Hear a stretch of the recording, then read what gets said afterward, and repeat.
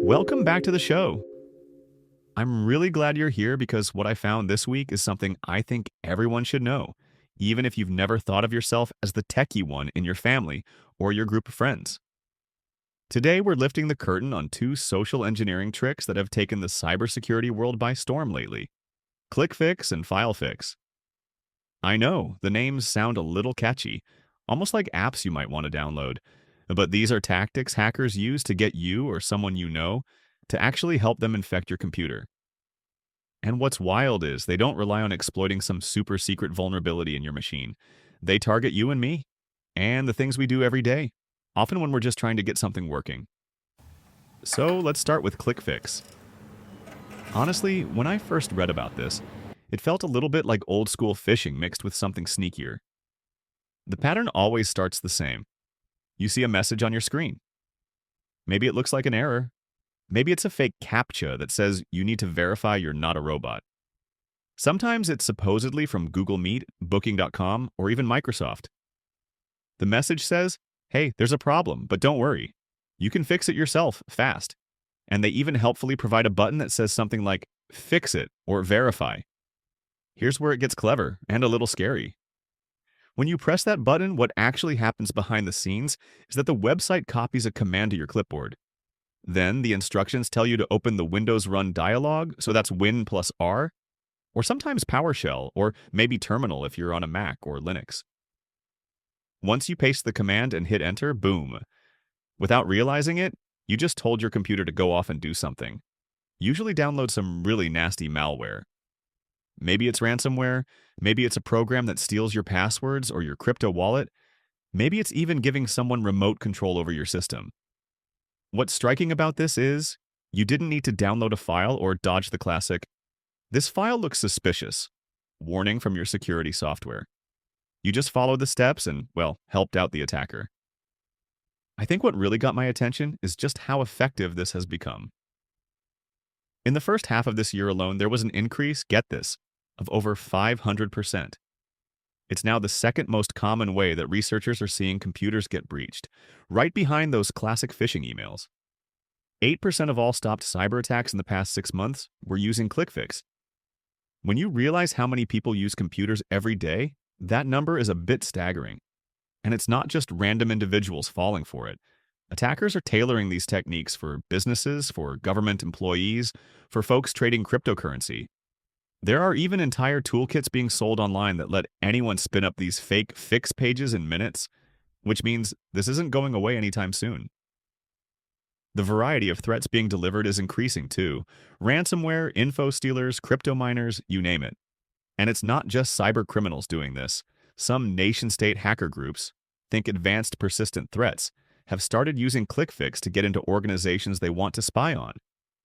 What that really means is the lure is working, and it scales well. Now, here's the kicker. ClickFix doesn't actually break your computer. It doesn't take advantage of a bug in Windows or Mac. It just takes advantage of us, the fact that we want to solve problems ourselves. Something pops up and says, do this quick step to keep things running smoothly, and we do it. Because who has time to file an IT support ticket or dig through help docs? The more I think about it, the more I realize we all have this impulse to just fix it and move on. That's what this tactic targets. Now, FileFix is the new evolution that's starting to show up, and in some ways it's even more subtle. Instead of asking you to open the run box or PowerShell, FileFix preys on an everyday habit: pasting file paths into Windows File Explorer. You know that bar at the top where you can type in the folder name or copy in a file path? FileFix takes advantage of that little detail. Here's how the attack works. You're on a website that looks like it's sharing something innocent. A work policy document, maybe a tax form, anything. The site says, to view your file, click here to open File Explorer. It launches File Explorer, as if you clicked Browse to upload or download a file. Then it tells you, now paste this path into the address bar. Easy, right? It feels routine. But what's really going on is that path you're supposed to paste is actually a command disguised as a file path, encoded just enough to look harmless. When you hit enter, the command runs instantly. No warning, no file to scan, nothing for the security software to check ahead of time. FileFix gets around protections that are supposed to keep downloaded files from running if they look suspicious because you never actually download anything. That's interesting because this means attackers are taking notes on our regular behaviors and they're swapping out what triggers our suspicions. Opening PowerShell or typing into the run box might feel weird enough to make some people hesitate. But pasting a folder address into Explorer? Most of us do that all the time, especially if you work with a lot of files. It feels normal. That's the genius, if you can call it that, of FileFix. One story really stood out to me. Just a couple of weeks after a security researcher published the method for FileFix, cybercriminal groups were already testing it in the wild. They weren't making a proof of concept for fun. They were actively running campaigns, seeing who would fall for it. And in some cases, instead of immediately unleashing dangerous malware, they used harmless payloads at first. Almost like they were test driving the new trick to make sure it would work before ramping up the harm. But the infrastructure was ready, and it's only a matter of time before it's used for bigger, nastier attacks. It's sort of unsettling how quickly criminals have adapted to this new method. They learned from ClickFix that tricks exploiting our trust and helpfulness work really well, then quickly remixed the approach for something even stealthier. In both cases, it's about social engineering, tricking people into doing something that feels routine, that they don't expect will be dangerous. Another detail that caught my eye is how attackers make these attempts global and adaptable. They'll translate the fake pages into different languages, target different services, even use search engine poisoning so that their sites show up high in search results. There have been examples where people clicked a sponsored ad for a popular password manager, ended up on a lookalike site, and were then directed through a ClickFix flow that led to infection. Others have stumbled onto these lures after clicking links in phishing emails. Sometimes the page will fake a Cloudflare CAPTCHA, those verify you are human screens, just to seem more legit.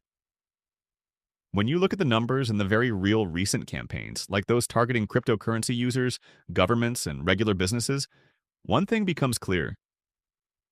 This is not just about IT professionals or big corporations. It's about you and me and everyone else who touches a computer. So, what can actually be done about it? There are some clever technical approaches. Companies can monitor for unusual clipboard activity, restrict access to tools like PowerShell or Win+R, and keep a close eye on what's being spawned by File Explorer. Security software is starting to look for these behaviors, but like always with social engineering, the best defense starts with us. If a website, or honestly anyone you don't completely trust, ever asks you to copy and paste something into your system tools, especially if they act like there's an urgent issue, take a step back. Ask yourself, does this even make sense? Why would Google or Microsoft ever want me to paste a strange command from a website?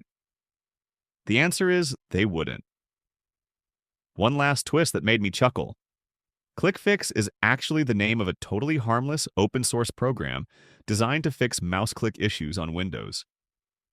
It's got nothing to do with malware, but if you stumble across warnings about ClickFix online, it's easy to get confused since the bad guys kind of hijacked the name.